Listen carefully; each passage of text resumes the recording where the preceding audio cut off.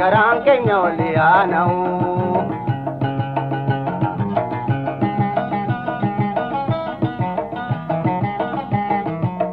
Obboleessa jechuun dabaa miti ka wajji dhalatan kophaa miti ka wajji nyaatanii dhugan irraanfachuun hakaa miti yoo garaa walii yaate malee jaalalti waa gubbaa miti namni obboleessaaf yaanne duraan waa namaa miti. Obboleeyyan koo hundi salaamanni sinaa ga'u namuu jaalala walaa ta'u anniin qabaa irrakkadhu sifiin gayaa hinaa jedhu fayyaan qabaan dhukkubsatu jechuu namuu hin dandayuu akka ilmaan haadha takkaa garaan keenya ol yaana'u.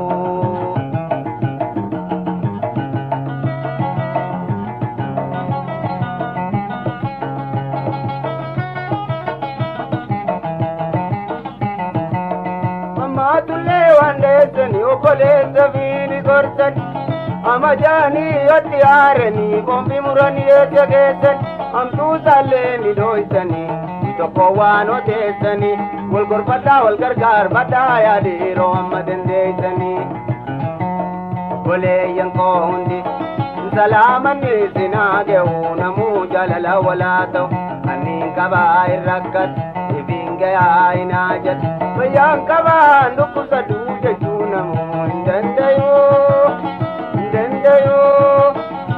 akka ilmaan haadha takkaa garaan keenya ol yaana'u.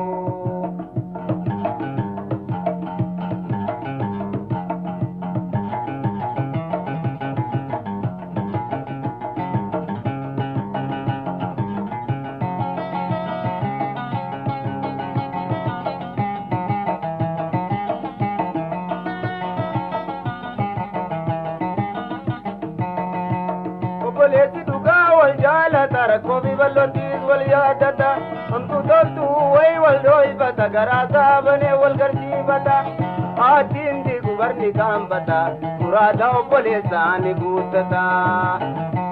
Obboleeyyan koo hundi salaamanni sinaa ga'u namuu jaalala walaa ta'u anniin qabaa irrakkadhu sifiin gayaa hinaa jedhu fayyaan qabaan dhukkubsatu jechuu namuu hin dandayuu akka ilmaan haadha takkaa garaan keenya ol yaana'u.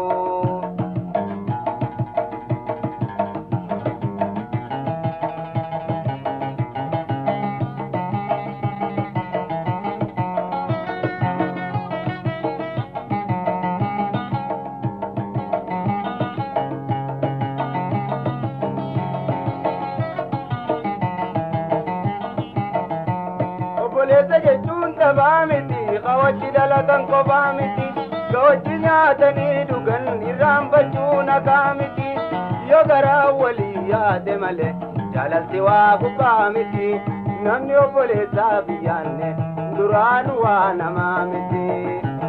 Obboleeyyan koo hundi salaamanni sinaa ga'u namuu jaalala walaa ta'u anniin qabaa irrakkadhu sifiin gayaa hinaa jedhu fayyaan qabaan dhukkubsatu jechuu namuu hin dandayuu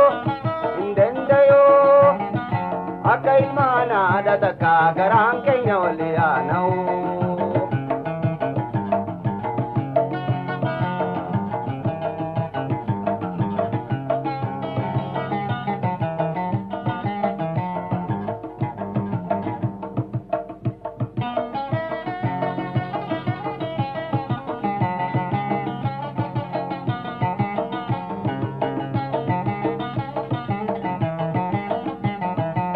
Obboleeyyan koo hundi salaamanni sinaa ga'u namuu jaalala walaa ta'u anniin qabaa irrakkadhu sifiin gayaa hinaa jedhu fayyaan qabaan dhukkubsatu jechuu namuu hin dandayuu